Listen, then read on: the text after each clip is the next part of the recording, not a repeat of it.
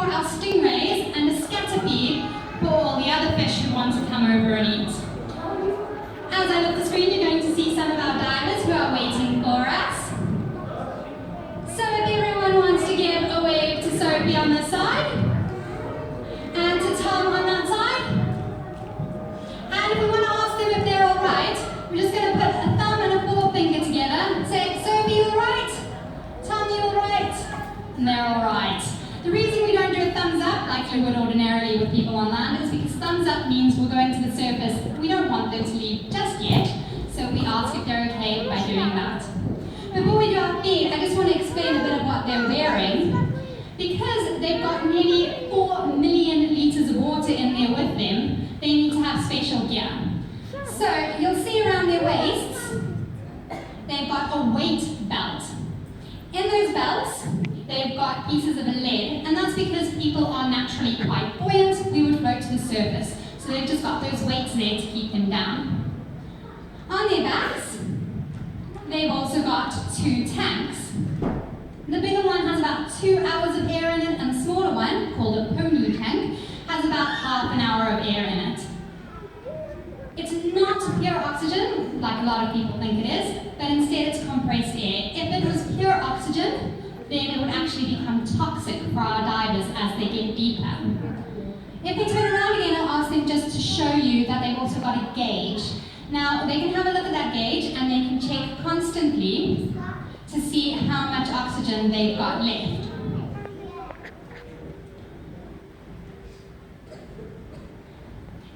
If for some reason one of them starts to run out of oxygen, what they'll do is they'll signal to the other diver, who will then share their oxygen. So we get to decide who we're going to drown today.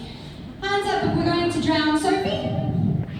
Oh, we got one. One person wants to drown. So anyone want to drown Tom today? Oh, sorry, Tom. So Tom's going to run out of air. He signals over to Sophie, who will give him another one of her regulators. They'll signal to go to the surface, and they'll go up sharing air like that until they can get to the surface and breathe normally again.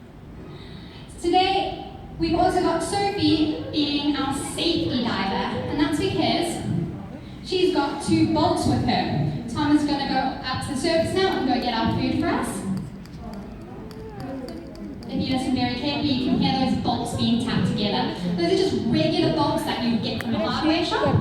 And the reason she taps them together is because they make a very loud, very high-pitched sound that we can obviously hear, Tom can obviously hear, but it doesn't bother our animals at all. In fact, they don't even notice. And we really need it because we're in there with a number of sharks, a number of stingrays. It can get very dangerous at times. Our stingrays have also learned that if they just sit on Tom's head for a while, gnaw at his hair, he obviously wants to get them off his hair. He's already got a haircut, he doesn't need them doing it, so he'll feed them faster. And when he's got a ray this size sitting on his head, it's very difficult to see anything else. And if a shark comes along, Sophie can just tap on her bolts, and the sharks swim away. So while we're waiting for Tom, I'm just going to explain some of our sharks that you might see coming past, just ways to identify them.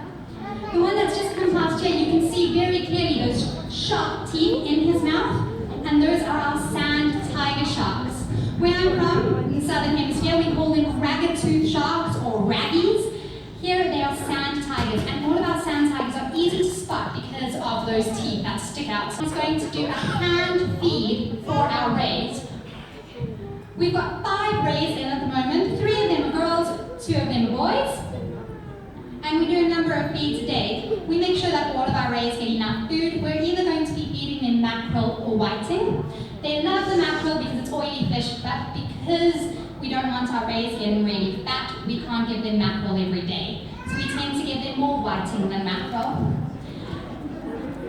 Here comes Big Bertha, she's our biggest, and she's trying to sit on his head, while Greedy over here comes to get her fish from Tom. If our rays have already had enough to eat that day, because we do monitor how much they eat, if they've had enough to eat that day, then our divers know and they won't give them any food, much to the consternation of our rays. So you can see our 3 girls, they're really quite big. Our biggest, Big Bertha, is probably about so big you saw her sitting on Tom's head a second ago. There she comes again. And rays are really easy to spot because they are bigger, they're faster, they're stronger, they live longer than their male counterparts. Looks like not many of them are eating today. Here comes one of our males now. We've got two males, Ray Charles and Ray Winston. And off Tom goes to get the scatter feed. As you can see, a lot of our fish are coming along now, and they're getting ready for that scatter feed. It's what our divers like to refer to as the yellow pages. And as soon as Tom comes back in, you'll see exactly why, with all these yellow fish all around him, swimming frantically, trying to catch all of the food. We are also being graced with Dottie's presence today. Dottie is my favorite shark, and she is a zebra shark. You might see her come back down when Tom comes down. She thinks she's a ray. We haven't been able to convince her otherwise. But it's all right, because whenever she comes past and she sees the divers doing a feed, she tends to nuzzle the divers. She kind of swims into their necks a bit. You'll often see the divers pushing her away, which you wouldn't think you would do with a shark. But Dottie thinks she's a ray, so we let her go get away with it. So here comes Tom, and he's got a lot of food just stuffed into a tomato bottle, or tomato sauce bottle over there, and he's just squirting it as the yellow pages go mad. The majority of the fish you're seeing there are what we call pork fish. They're called pork fish because as soon as they get excited, they start snorting like pigs, and they make that noise by rubbing their teeth together and then use the bubbles to amplify the noise. There comes Dottie right at the bottom. She's our little zebra shark. She's very, very affectionate and very social. Thank you very much, Tom. So we finished this feed. There will be a few more throughout the day. But if you want to get up close and personal with our sharks, you can also make your way through the tunnel on the side there. Just as our divers swim away, if you want to just give them a hand. Thank you, Tom, and thank you, Sophie. The tunnel is also open now, or has been the whole time, for you to go and see our sharks and our rays swimming over your head. It's really exciting. And just before you go, you do also have the opportunity to dive with the sharks. And if you'd like to do that, please speak to someone either at reception or any of the staff you see around today. Otherwise, enjoy your visit at